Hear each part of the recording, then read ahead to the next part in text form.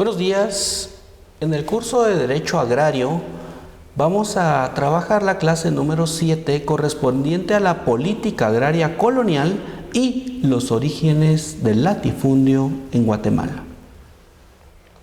Objetivo: que el estudiante de la Universidad Rural de Guatemala conozca los orígenes a través de los cuales se han creado las políticas agrarias coloniales y explotación agraria de extensiones de tierra.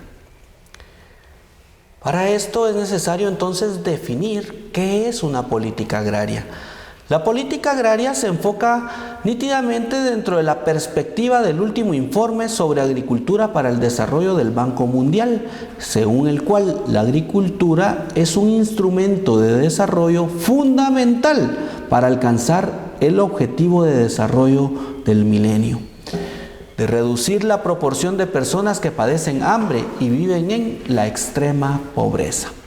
La política agraria, básicamente vamos a encontrar estas formas distintas que se han ido estableciendo en la sociedad, específicamente en el área de la agricultura, en el cual se establecen las formas de la agricultura sostenible. Es decir, que tanto el agricultor tenga esas políticas específicas a través de las cuales, a través de instituciones de Estado, como dentro de ellas podremos encontrar hoy en día el Ministerio de Agricultura, Ganadería y Alimentación, podremos encontrar esas formas a través de las cuales se pretende que esta agricultura sea de carácter sostenible y que posteriormente las comunidades más pobres a nivel nacional puedan tener un desarrollo de forma continua y que poco a poco vayan necesitando menos del apoyo estatal. ¿Para qué? Para que el Estado pueda apoyar a otras comunidades que también se encuentran en condiciones de pobreza o de extrema pobreza.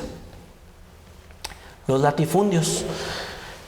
Los latifundios nacen del latín denominado latifundium. Y el latifundio no es más que una finca rústica de amplias dimensiones. Se trata de una explotación agraria de gran extensión que, por lo general, no utiliza la totalidad de sus recursos de manera eficiente.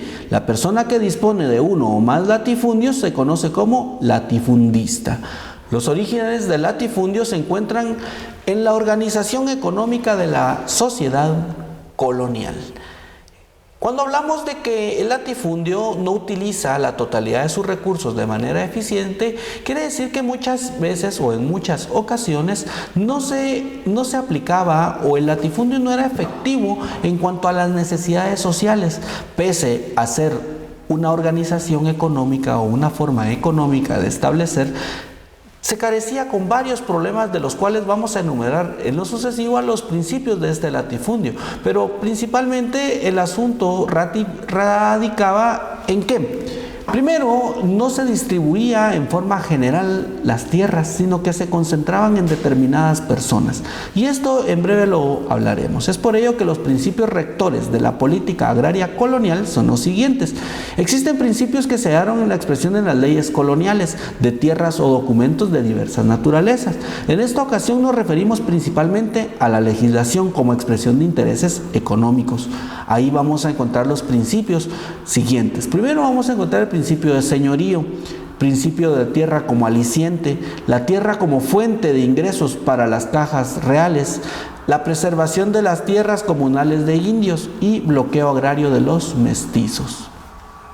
El principio de señorío es el derecho de conquista.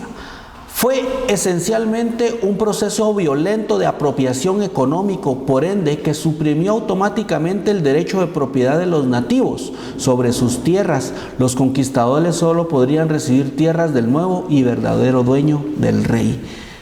Este principio del señorío se daba y se le conocía como la expropiación de tierras.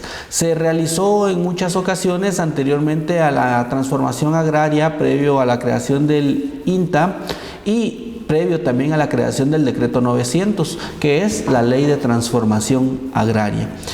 Es importante hacer referencia a que este proceso evidentemente fue violento. A las personas se les expropiaba sin pensar en la voluntad de las partes.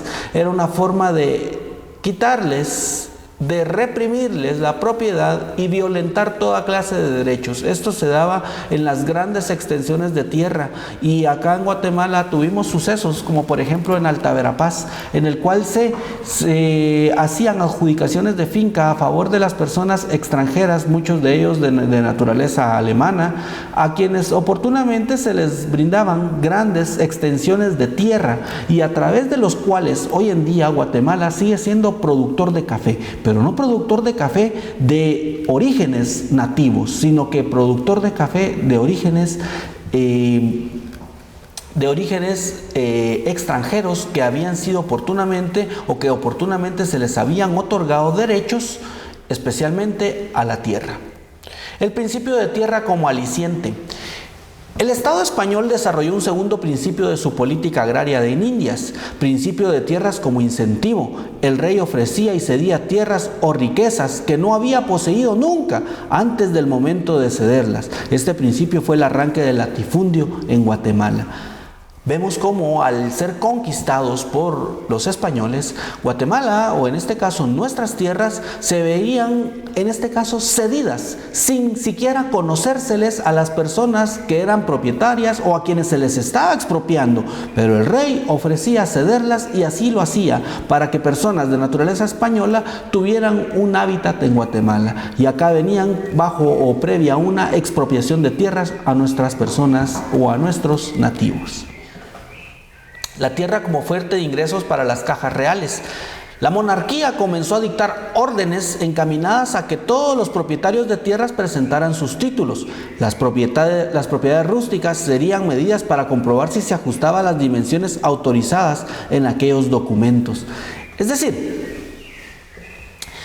cuando se habían realizado expropiaciones o cuando había personas que tenían u ostentaban calidad o títulos de propiedad, debían de establecerse si efectivamente estos títulos eran efectivos, si eran reales, pero principalmente si las medidas, colindancias, linderos coincidían unos con otros. Si se determinaba la propiedad o se lograba establecer la existencia del mismo, pues quedaban efectivamente válidos. Sin embargo, en los casos que no existiera esa certeza, entonces se procedería a expropiar las tierras y se ajustaba a las dimensiones, obviamente en favor de las personas a quien se les otorgaban los latifundios. Preservación de tierras comunales de indios. La monarquía era clara. Los pueblos debían de tener suficientes tierras comunales para sus siembras. Los ejidos eran la tierra indispensable y de uso común en favor del pueblo.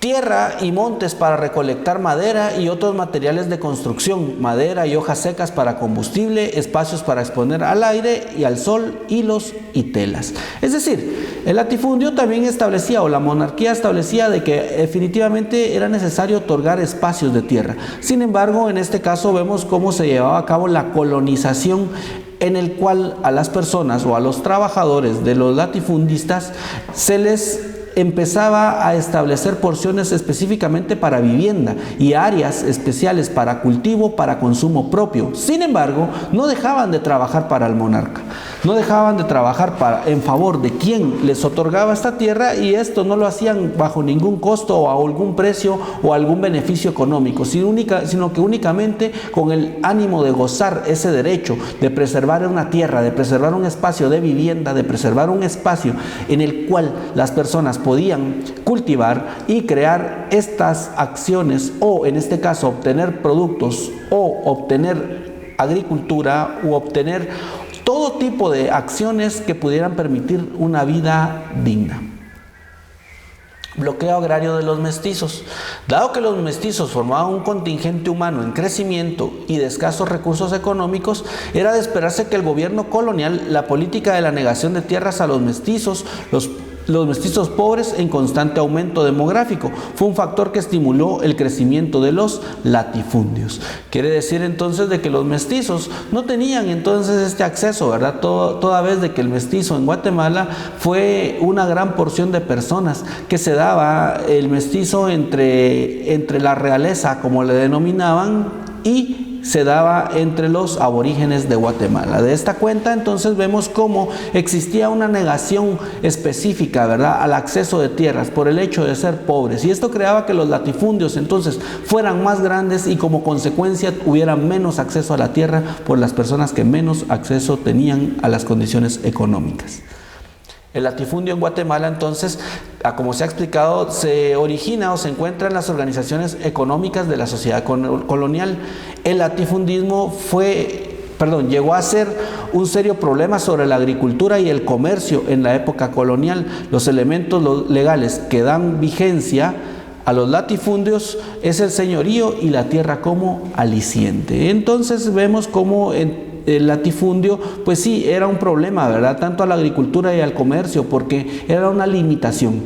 El latifundio era únicamente para personas extranjeras que el rey les otorgaba la tierra, pero que principalmente su función iba a ser eminentemente de beneficios personales, y estos ámbitos de agricultura y comercio se veían limitados, toda vez que no se explotaba de la mejor manera la tierra, se explotaba de la manera en que mejor a ellos les conviniera, y lo que más les interesaban eran las grandes extracciones de tierras, aunque las mismas no fueran aprovechadas en su totalidad. Al concluir, entonces, vamos a realizar la siguiente serie de preguntas. Pregunta número 1.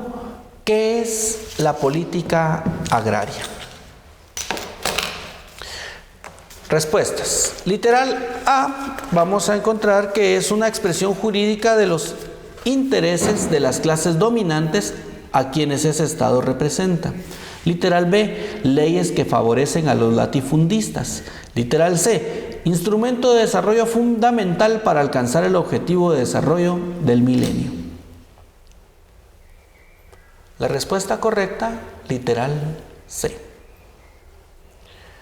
Principio que fue el arranque del latifundio en Guatemala. Literal E, la tierra como fuente de ingresos para las cajas reales. Literal B, principio de señorío. Literal C, preservación de las tierras comunales de indios. Literal D, principio de tierra como aliciente. Literal E, bloqueo agrario de los mestizos.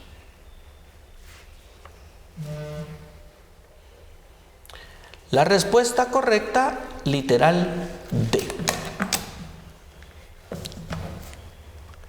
Tercera pregunta.